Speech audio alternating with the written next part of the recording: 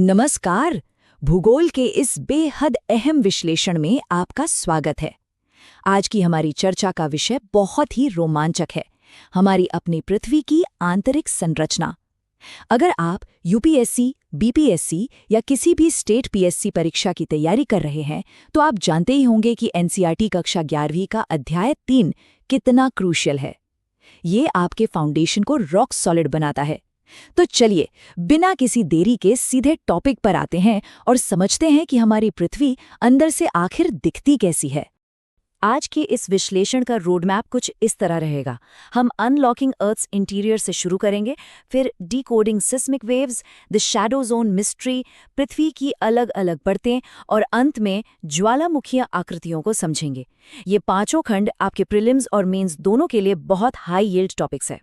तो आइए अपने पहले खंड की ओर बढ़ते हैं, पृथ्वी के आंतरिक भाग को समझना।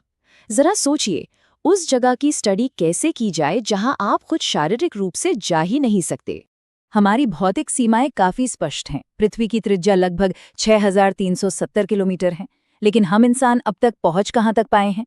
दक्षिण अफ्रीका की सोने की खदानें मुश्किल से 3 या 4 किलोमीटर गहरी हैं, और हमारा अब तक का सबसे गहरा ड्रिल आर्कटिक महासागर के कोलक क्षेत्र में, जो सिर्फ 12 किलोमीटर तक ही जा पाया है। इसके नीचे का तापमान इतना ज्यादा है कि उससे आगे जाना नामुमकिन है। तो बड़ा सवाल यह है कि 6370 किलोमीटर गहराई के रहस्य हमें पता कैसे चले? यहीं से भूवैज्ञानिक अनुमानों और तर्कों की आवश्यकता पैदा होती है।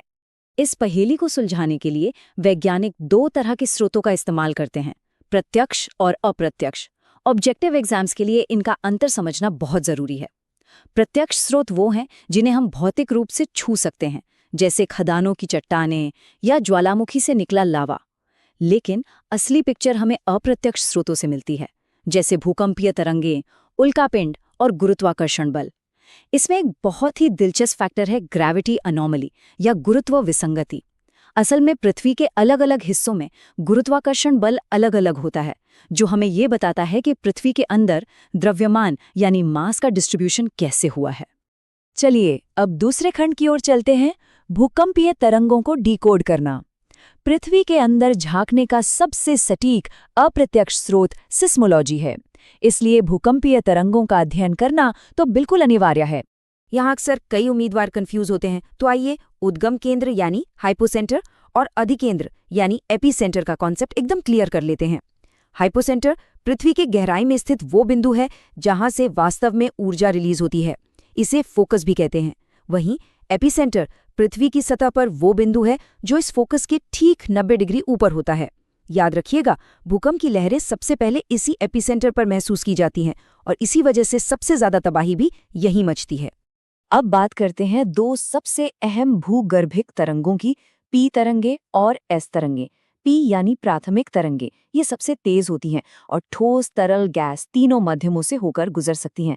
लेकिन एस यानी द्वितीयक तरंगे थोड़ी धीमी होती हैं, और एग्जाम के दृष्टिकोण से सबसे बड़ा पॉइंट यही है कि एस तरंगे सिर्फ और सिर्फ ठोस पदार्थों से ही गुजर सकती हैं। यही वो एक सिंगल फैक्ट है जिसने वैज्ञानिकों को यह साबित करने में मदद की कि हमारी पृथ्वी का आउटर कोर तरल अवस्था में है। इसे बिल्कुल दिमाग में बैठा लीजिए। भूकंप को नापने वाले पैमानों को लेकर भी अक्सर कथन आधारित प्रश्न आते हैं। हमारे पास दो मुख्य पैमाने हैं, रिक्टर और मर्कैली। रिक्टर स्केल भूकंप के मैग्नीट्यूड यानी उसकी तीव्रता को मापता है, मतलब कितनी ऊर्जा निकली, और इसका स्केल 0 से 10 के बीच होता है। दूसरी तरफ है मर्कैली स्केल, जो इंटेंसिटी नापता है। आसान भाषा में कहें तो ये बताता है कि भूकंप से नुकसान या डैमेज कितना हुआ। इसका स्केल 1 से 12 तक जाता है। तो एक नापता है ऊर्जा और दूसरा नापता है उसका प्रभाव। ये लहरें हमारी पृथ्वी के बारे में और क्या बताती हैं, ये जानने के लिए आते हैं अपने तीसरे खंड पर, छाया क्षेत्र का रहस्य। कभी कभी ये जानना ज्यादा जरूरी होता है कि लहरें कहाँ नहीं पहुंच रही हैं। अगर आप पूरी पृथ्वी के इस सिस्मिक एक्सरे को देखेंगे तो पाएंगे कि कुछ ऐसे क्षेत्र हैं जहां भूकंप लेखी कोई तरंग दर्ज ही नहीं कर पाते। इन्हें हम शैडो जोन या छाया क्षेत्र कहते हैं। पी तरंगों का शैडो जोन भूकंप के एपीसेंटर से 105 डिग्री से 145 डिग्री के बीच बनता है।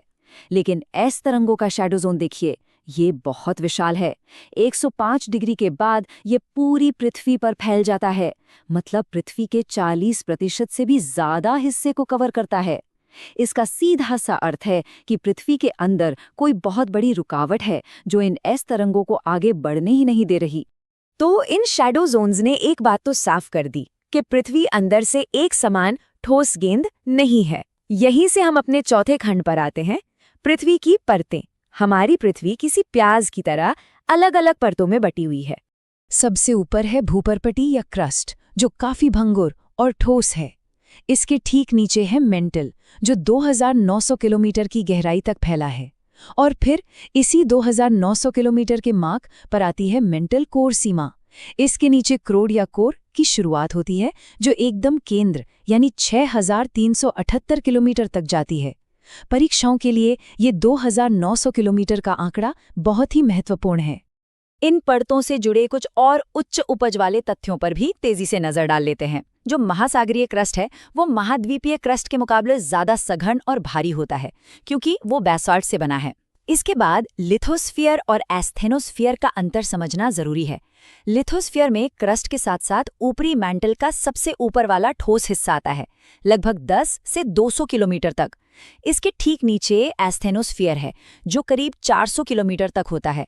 ये थोड़ा कमजोर होता है और ज्वालामुखी फटने पर जो मैग्मा बाहर आता है ना, उसका मुख्य स्रोत यही एस्थेनोस्फीयर है। और अंत में आता है हमारा कोर, जिसका बाहरी हिस्सा तरल है और अंदर का ठोस। ये मुख्य रूप से निकल और लोहे से बना है, इसीलिए इसका नाम निफे रखा गया है। अब आते हैं अपने पांचवें और आखिरी खंड पर, ज्वालामुखीय आकृतियां और अंतर्वेधी आकृतियां। पृथ्वी के अंदर चल रही हलचल का सबसे सीधा और स्पष्ट प्रमाण ज्वालामुखी ही तो हैं। ज्वालामुखियों को मुख्य रूप से उनके विस्फोट की प्रकृति और आकार से बांटा जाता है। शील्ड ज्वालामुखी बेसाल्ट से बनते हैं, ये कम विस्फोटक होते हैं और बहुत दूर तक फैलते हैं। इसके बाद है कंपोजिट या मिश्रित ज्वालामुखी, जिनका लावा गाढ़ा होता है और ये भयंकर विस्फोटक होते हैं। पर काल्डेरा तो सबसे ज्यादा विस्फोटक माने जाते हैं। इनका विस्फोट इतना तेज होता है कि ये कोई ऊंचा ढांचा बनाने के बजाय खुद अपने ही अंदर धंस जाते हैं। और अंत में आते हैं बेसाल्ट प्रवाह क्षेत्र।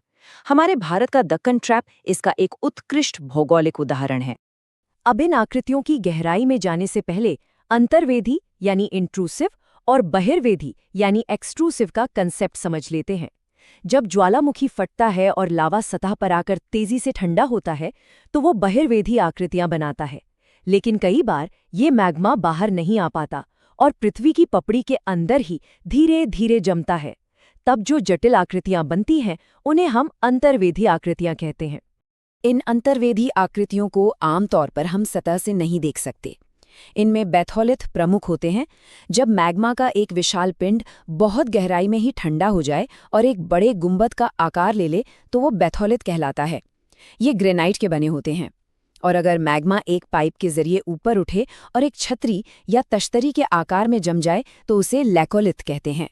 कर्नाटक के पठार इसके बहुत ही बेहतरीन उदाहरण हैं। अब ये दो नाम अक्सर परीक्षाओं में पूछे जाते हैं, सिल और डाइक। बहुत ही आसान सा अंतर है इनमें। जब मैग्मा दरारों में क्षैतिज रूप से यानी एक हॉरिजॉन्टल चादर की तरह जमता है तो उसे सिल कहते हैं। लेकिन अगर वही मैग्मा दरारों में लंबवत या वर्टिकल रूप से जमकर एक दीवार जैसी आकृति बना दे तो उसे डाइक कहा जाता है। पश्चिमी महाराष्ट्र के दक्कन ट्रैप इलाके में ये डाइक बहुतायत में पाए जाते हैं। तो इस पूरी चर्चा का निष्कर्ष क्या है? जब आप मेंस परीक्षा में अपने उत्तर लिख रहे हों तो भौतिक भूगोल को मानव और आर्थिक भूगोल से जोड़ना बहुत जरूरी है। पृथ्वी के इस आंतरिक ढांचे को समझने से हमें सिर्फ यही नहीं पता चलता कि पृथ्वी बनी कैसे, बल्कि इसी समझ से हम महत्वपूर्ण खनिज संसाधनों का पता लगाते हैं। और तो और भूकंप या सुनामी जैसी प्राकृतिक आपदाओं की बेहतर भविष्यवाणी करने में भी यही ज्ञान काम आता है। तो जरा सोचिए, क्या हम पृथ्वी के सतह के ऊपर का जीवन सुरक्षित कर सकते हैं बिना ये जाने कि उसके ठीक नीचे क्या हलचल हो रही है? इसी सवाल के साथ आज का ये विश्लेषण हम यहीं समाप्त करते हैं। सीखते रहिए और आगे बढ़ते रहिए। जरा सोचिए, बिना जमीन के अंदर जाए क्या हम ये जान सकते हैं कि हजारों किलोमीटर नीचे क्या उबल रहा है? आज के इस एक्सप्लेनर में हम बिल्कुल यही करने वाले हैं। पृथ्वी के क्रोड का रहस्य, जो किसी सस्पेंस थ्रिलर से कम नहीं है, जहां छोटे छोटे सुराग हमें एक बिल्कुल ही अदृश्य दुनिया की तरफ ले जाते हैं। तो इस अदृश्य दुनिया तक पहुंचने के लिए हमारी रूपरेखा कुछ ऐसी होगी। सबसे पहले पृथ्वी के रहस्य, फिर भूगर्भ के सुराग, भूकंप और इसकी तरंगें, पृथ्वी की अलग अलग परतें और आखिर में ज्वालामुखी और उनसे बनने वाली आकृतियां। चलिए शुरू करते हैं। भाग 1, पृथ्वी के रहस्य। देखिए, इस पूरी पहेली में सबसे बड़ी चुनौती ही यही है कि पृथ्वी का आंतरिक हिस्सा हमारे लिए फिजिकली पूरी तरह आउट ऑफ रीच है। इस पहेली का स्केल जरा इमेजिन कीजिए। सतह से लेकर पृथ्वी के बिल्कुल सेंटर तक की दूरी, यानी उसकी त्रिज्या, लगभग 6370 किलोमीटर है। इतनी गहराई तक जाने के बारे में तो सोचना भी नामुमकिन सा लगता है। और पता है क्यों? क्योंकि अब तक इंसानों ने जो सबसे गहरा गड्ढा खोदा है आर्कटिक महासागर के कोला क्षेत्र में, वो सिर्फ 12 किलोमीटर तक ही पहुंच पाया है। बस उसके आगे भयंकर गर्मी और अकल्पनीय दबाव है। मतलब क्रोड तक पहुंचना तो इंसानों के लिए बिल्कुल ही असंभव है। भाग 2, भूगर्भ की जानकारी। तो अब सवाल ये है कि जब हम वहां जा नहीं सकते तो अंदर का नक्शा बनता कैसे है? यहीं पर वैज्ञानिकों को जासूस का चोला पहनना पड़ता है और फोरेंसिक सबूतों का सहारा लेना पड़ता है। हमारे पास मोटे तौर पर 2 तरह के सबूत हैं। पहले प्रत्यक्ष या डायरेक्ट स्रोत, जैसे ज्वालामुखी का लावा या गहरी खादानों की चट्टानें जिन्हें हम सीधे देख सकते हैं। और दूसरे अप्रत्यक्ष स्रोत, जैसे जैसे हम नीचे जाते हैं तापमान और दबाव का बढ़ना, या फिर गुरुत्वाकर्षण और भूकंपीय तरंगें। इन्हीं की मदद से ये पूरी पजल सॉल्व की जाती है। अप्रत्यक्ष सुरागों में एक चीज बड़ी कमाल की है, उल्कापिंड। जी हां, अंतरिक्ष से गिरने वाले ये पत्थर हमें धरती के अंदर का हाल बताते हैं। वो इसलिए क्योंकि ये उल्कापिंड उन्हीं ठोस पदार्थों से बने होते हैं जिनसे शुरुआत में हमारी पृथ्वी बनी थी। है ना एकदम अद्भुत बात कि आसमान से गिरे पत्थर पाताल का राज खोलते हैं। भाग 3, भूकंप और तरंगें। अब आते हैं सबसे बड़े, सबसे अहम सुराग पर, भूकंप और उससे निकलने वाली तरंगें। यही वो ऊर्जा है जो अंदर का सबसे सटीक एक्सरे हमारे सामने रखती है। इसे समझने के लिए हमें गहराई में उस एग्जैक्ट पॉइंट पर जाना होगा जहां चट्टानें टूटती हैं और भयानक ऊर्जा रिलीज होती है। जमीन के बहुत नीचे मौजूद इस सटीक बिंदु को उद्गम केंद्र या फोकस कहते हैं। यहीं से सारी तबाही की शुरुआत होती है। लेकिन हमें फोकस और एपिसेंटर यानी अधिकेंद्र के बीच कंफ्यूज नहीं होना है। फोकस के ठीक ऊपर सतह पर 90 डिग्री के कोण पर जो जगह होती है जहां सबसे पहले जमीन हिलती है, उसे एपिसेंटर कहा जाता है। अब यहां एक ऐसा सुराग मिलता है जिसने पूरी कहानी ही बदल दी। देखिए, 2 तरह की तरंगें होती हैं।